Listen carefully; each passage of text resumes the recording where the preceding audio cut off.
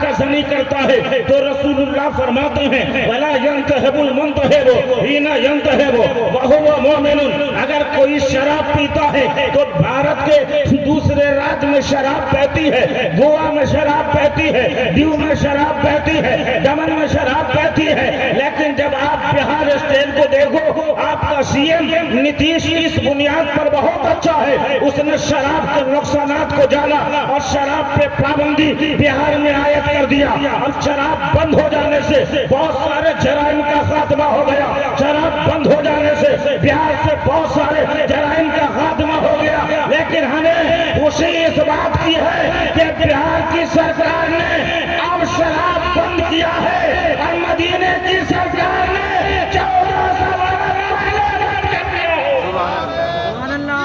واہ واہ واہ واہ، بے شک حق ہے یا رسول اللہ، زندہ باد زندہ باد۔ ہندوستان کا قانون ہے اگر چوری کیا، ڈکیتی کیا 379(80) آپ چلے گئے کورٹ میں، آپ کے جج نے آپ سے جرح سنی، وکیل آپ کی وکالت کر رہا ہے، وکالت جیت گئی تو جج نے فیصلہ سنا دیا، چور چھوٹ گیا۔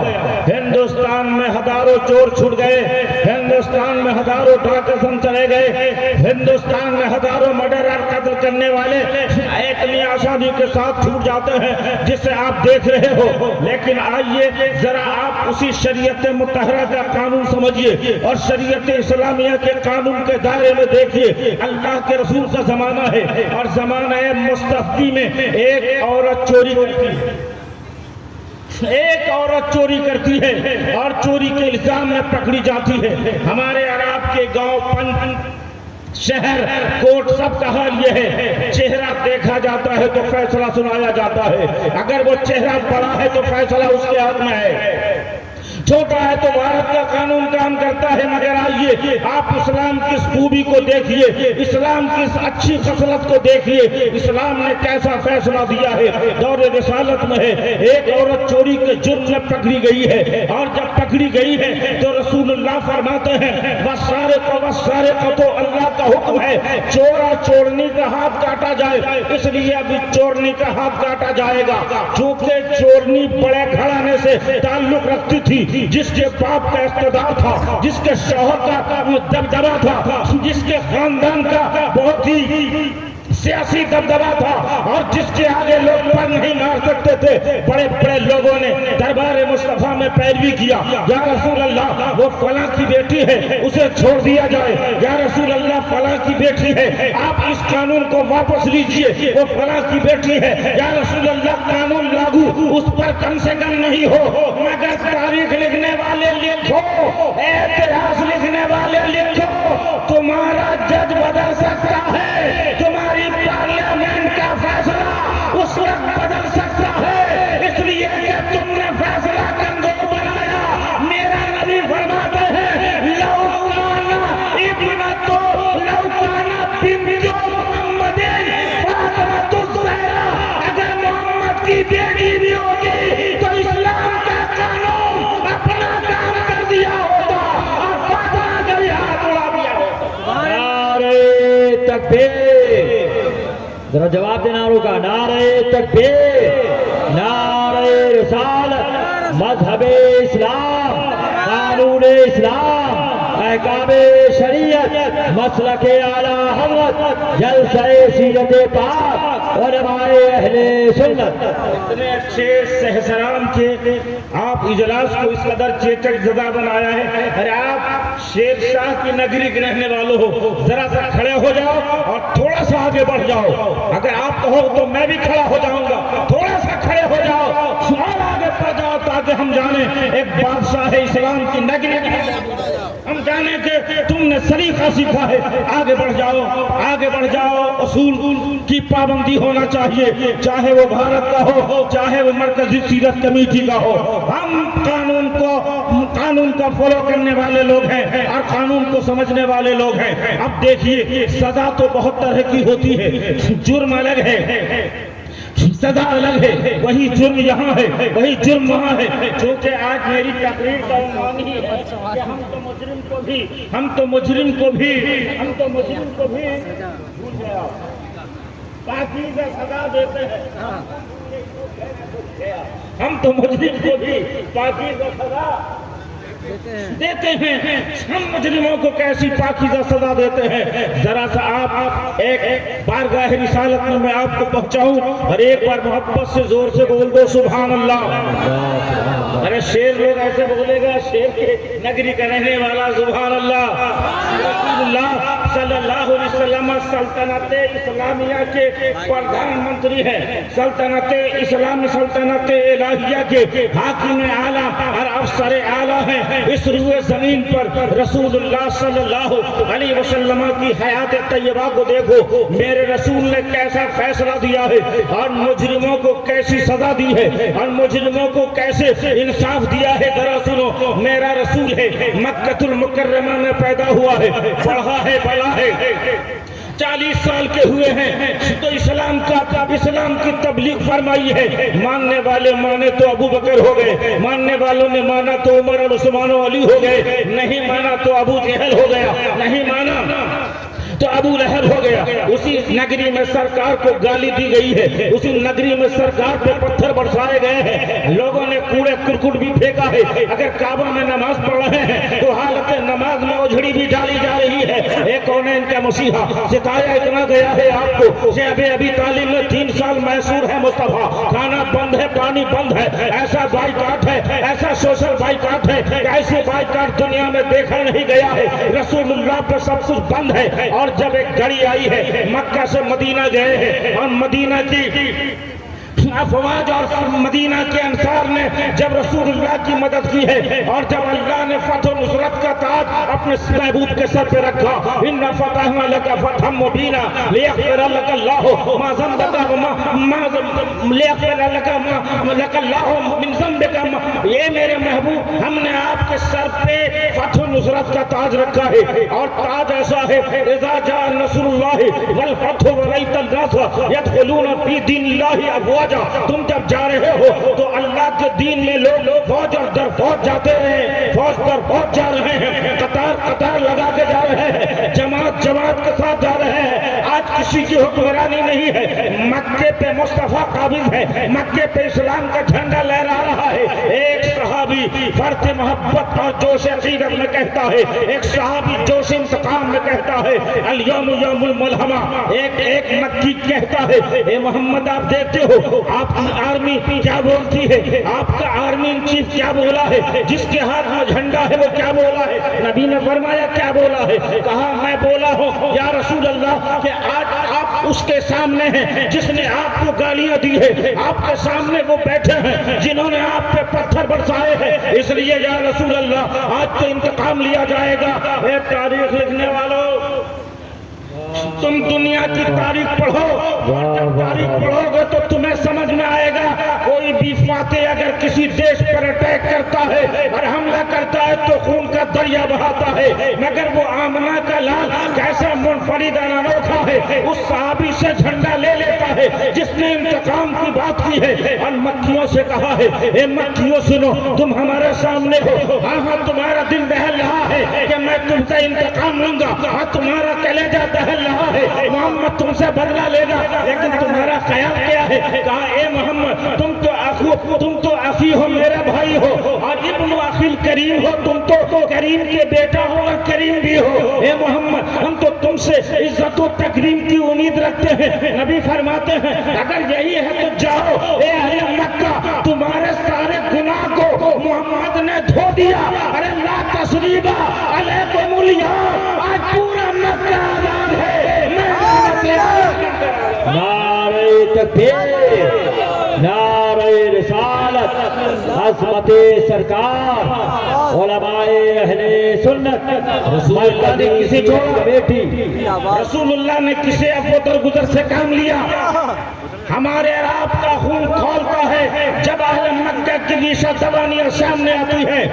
آج ہمارا جذبہ انتقام بھڑکتا ہے، ہمارا آپ ہوتے تو اہل مکہ کی گردنیں اڑا دی جاتی، مگر مکی لوگ بھی کم نہیں تھے، یہ مکی لوگ مر جانا پسند کرتے تھے مگر اسلام کو پسند نہیں کرتے تھے۔ یہ مکی لوگ اپنی گردن کو جھکا رہے تھے، کار دو محمد، مگر ہم تمہارا کلمہ نہیں پڑھ سکتے ہیں، کلمہ پڑھ لیتا تو اس کی نوبت نہیں آتی جو سرکار نے کہا۔ لیکن سنیے، جب سرکار نے عفو درگزر سے کام لیا، اسلام تلوار کی زور سے پھیلا ہے، اگر تلوار کی زور سے اسلام پھیلا رہتا تو یہاں کوئی دوسرا نظر نہیں آتا۔ رسول اللہ نے فرمایا جاؤ، سب اپنے گھروں کو چلے گئے، جانے کو چلے گئے، مگر ان کے دماغ میں ایک بات آئی، ان کے ذہن میں ایک بات آئی، خاندان کی بیٹھک کیا، کمیٹی کی بیٹھک کیا، گھروں میں بیٹھکیں کی، کہا کیا محمد ہے؟ آج تو اس کو بہترین بدلہ لینے کا دن مل گیا تھا، یہ کیا محمد ہے؟ یہ عبداللہ کا بیٹا بھی بڑا عجیب معلوم ہوتا ہے، ہم لوگوں کو اتنی آسانی سے چھوڑ دیا، چھوڑا بھی تو کوئی کنڈیشن لگایا ہوتا، اگر کلمہ پڑھو گے تو چھوڑ دیں گے، اگر میرا کلمہ پڑھو گے تو چھوڑ دیں گے، کنڈیشن تو لگایا ایسا کہ اپنے سب سے بڑے دشمن ابو سفیان کے بارے میں کہہ دیا، جو اس کے گھر میں چلا جائے گا اسے بھی امان ہے، جو ابو سفیان کے گھر میں چلا جائے اسے امان ہے۔ یہ بغیر کنڈیشن کی آزادی، ایسی آزادی ایسی توسل کرتا ہم کسی بادشاہ، کسی اٹیک کرنے والے شہنشاہ کی نہیں دیکھی ہے۔ ہمیں لگتا ہے اگر یہ بادشاہ ہوتا تو ہماری گردنیں اڑاتا، اگر یہ بادشاہ ہوتا تو ہم سے انتقام لیتا، اگر یہ بادشاہ ہوتا تو کلمہ کا کنڈیشن لگاتا، لیکن اس نے کنڈیشن کے بغیر ہمیں آزادی دی ہے۔ اپنا دل کہتا ہے محمد بادشاہ نہیں ہو سکتا، محمد امام النبی ہو سکتا ہے، سید المرسلین ہو سکتا ہے، طٰہٰ یاسین ہو سکتا ہے۔ اس لیے اے اہل مکہ اپنے گھر سے نکلو اور سب مل کے پڑھو لا الہ الا اللہ محمد رسول اللہ۔ اللہ اکبر، یا رسول اللہ، زندہ باد، زندہ باد، زندہ باد، زندہ باد، زندہ باد۔ دیکھا آپ نے، تلوار دکھا رہے تھے تو کہا مر جاؤں گا کلمہ نہیں پڑھوں گا، ایسا کردار پیش کیا تو اہل مکہ گھر سے نکل رہے ہیں، اتنا زور سے نکل رہے ہیں کہ قرآن کہتا ہے افواجا یدخلون فی دین اللہ افواجا۔ لوگ کہتے ہیں ڈر سے مسلمان ہوئے لوگ، ارے مسلمان جب ڈر کی باری تھی تو یہ مشرکین مکہ سینہ تان کر رسول اللہ کے سامنے کھڑے تھے، اور جب رسول اللہ نے معاف فرما دیا، رسول اللہ نے سزا تو دی، ارے وہ جس کلمہ سے چڑھتے تھے، جس کلمہ سے دبتے تھے، جس کلمہ کے خلاف وہ لڑتے تھے، اسی کلمے نے ان کے دل میں ایسی جگہ بنا دی کہ اہل مکہ مصطفیٰ نے تمہاری سزا تو دی ہے، مگر یہ وہی سزا ہے کہ ہم پاکیزہ سزا دے دیں۔ اللہ اکبر، یا رسول اللہ، زندہ باد،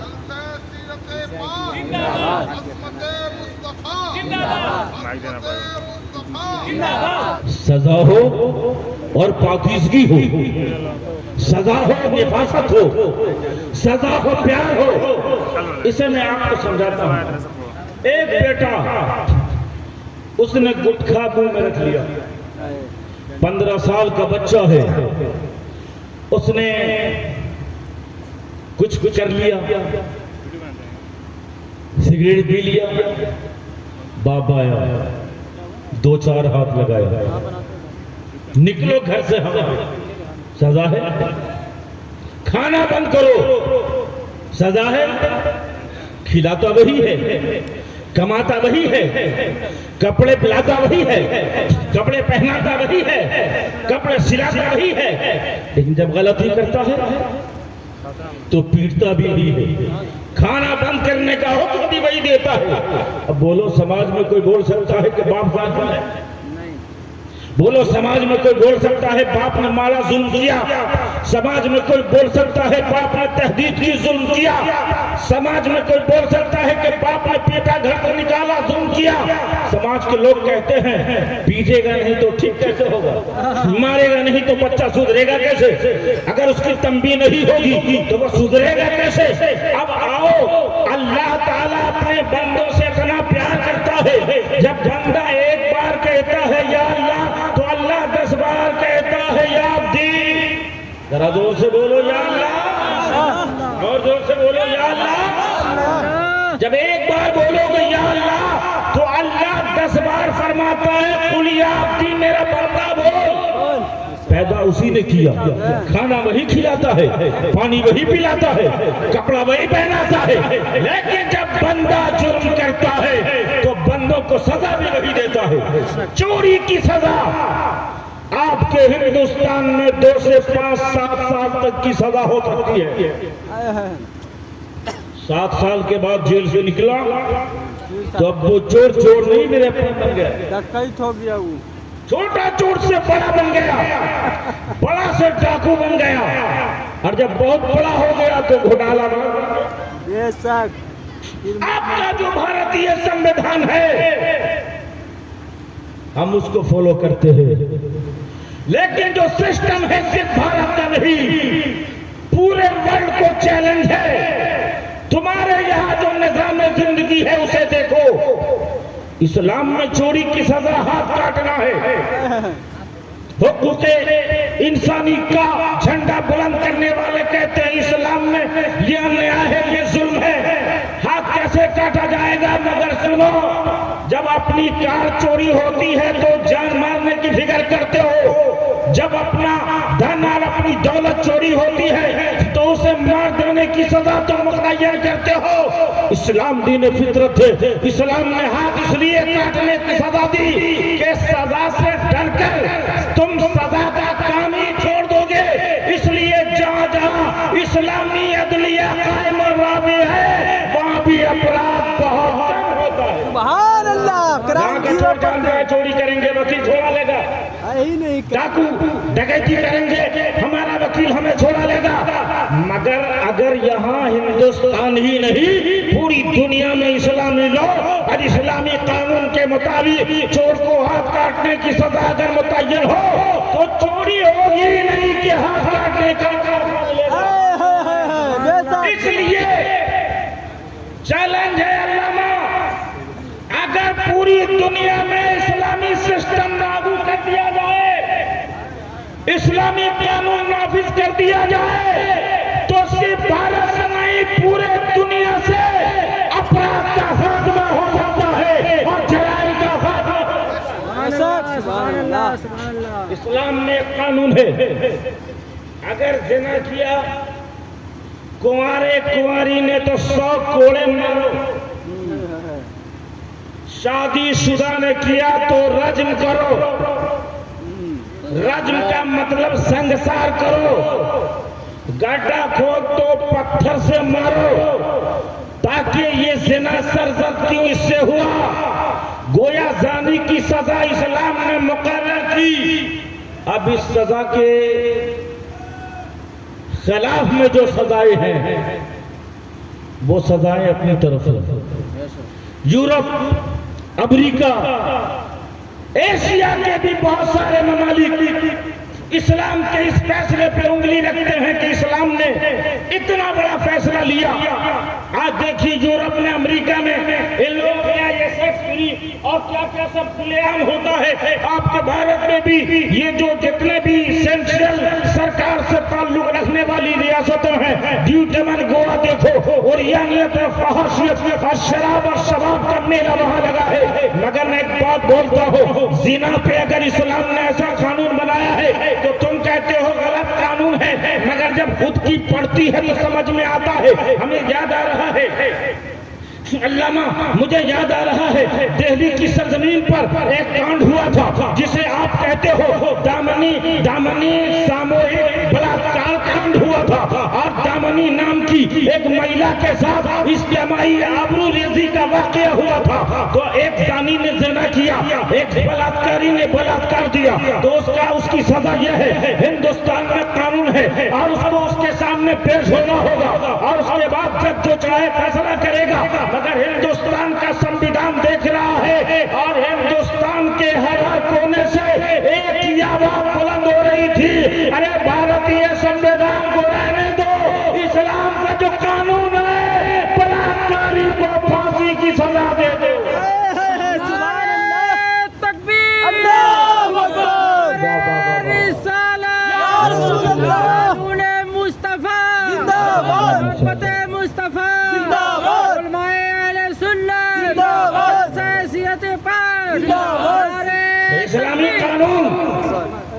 اسلامی قانون جو سزا مرتب کرتا ہے اس سزا سے اپرادھ کمے گا۔ اپرادھی ہو جانے کے بعد تمہارے یہاں بخشش، اور یہاں بخشش اس لیے نہیں ہے کہ جب بخشش ہوگی تو اپرادھ کا بڑا مین گیٹ کھول سکتا ہے۔ اسلام نے پہلی ہی اس پہ بندش لگا دی۔ ہم لوگوں نے اللہ کی سلطنت اور حکومت الہیہ میں جینے کی بات کی ہے، مگر ہے کوئی ہندوستانی قانون کا اگر کوئی الانگھن کرتا ہے تو اس پہ مقدمہ ہوتا ہے، جیل ہوتا ہے، سیل ہوتا ہے۔ لیکن کچھ قانون ایسا ہے جو دیش کا ہے، اگر دیش کے جھنڈے کی توہین کر دیا، اگر دیش کے خلاف کسی سنگٹھن کے ساتھ شرکت کر لیا جس میں دیش ویرودھی کا کوئی کام ہوا، تو اب قانون دو ہے۔ ایک قانون وہ ہے چوری کیا تو جیل جاؤ گے، لیکن بھارت کے جھنڈے کی توہین کیا تو جیل کے آخری حصہ تک پہنچائے جاؤ گے۔ گویا قانون پہ عمل نہیں کرنا اور ہے اور قانون کو نہیں ماننا۔ کل جو گزرا ہے دن، یہ بھارتیہ سمویدھان کا وہ دن، یہ سمویدھان ڈے منایا گیا ہے، اور ہندوستانی سمویدھان کا وہ جو دن گنایا گیا ہے۔ آپ کو میں اپنے سمویدھان کی بات کرتا ہوں، آپ کو میں آپ کے قانون کی بات کرتا ہوں۔ یہ جو دنیا میں مسلمان جیتے ہیں، کہتے ہیں اللہ کے ماننے والے ہیں، اس کی سلطنت میں جینے والے ہیں، اس کے محبوب کی شریعت کو ماننے والے ہیں، مگر شریعت کے ماننے والوں تم نماز نہیں پڑھتے ہو، اپرادھ ہے۔ بے شک تم روزہ نہیں رکھتے ہو، اپرادھ ہے۔ تم اگر مال رکھ کے زکات نہیں دیتے ہو تو یہ اپرادھ ہے۔ ارے اسی اپرادھ کو تو ہم خطا کہتے ہیں، اسی کو تو ہم گناہ کہتے ہیں۔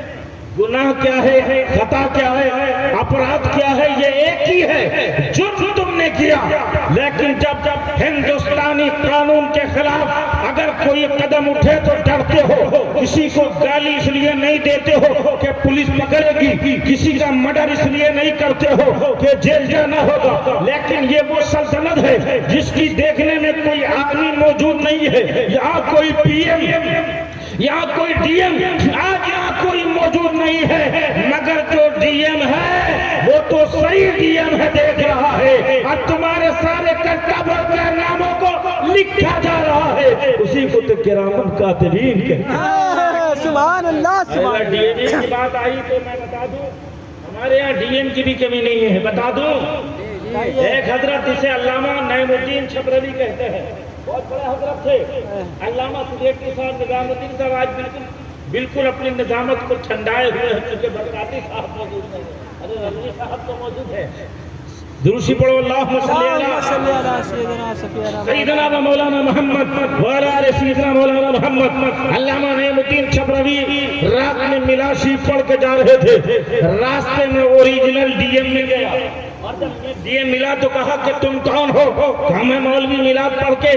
کہا تم کون ہو؟ کہا میں اس سارن کا ڈی ایم ہوں۔ کہا آپ کون ہو؟ کہا میں بھی تو اس سارن کا ڈی ایم ہوں۔ کہا میں وہ ڈی ایم ہوں، میرے پاس گارڈ ہے، میرے پاس بڑی گارڈ ہے، میرے پاس گاڑی ہے، تم کیسے ڈی ایم ہو؟ تمہارے سر پہ یہ صرف تاج ہے، تمہارے سر پہ صرف ٹوپی ہے، اور یہ راستے کے لیے سواری بھی چھوٹی ہے، مگر بتاؤ میں تو ڈسٹرکٹ مجسٹریٹ ہوں اور تم کیسے ڈی ایم ہو؟ بتا دوں میں آپ کو، ذرا ایک بار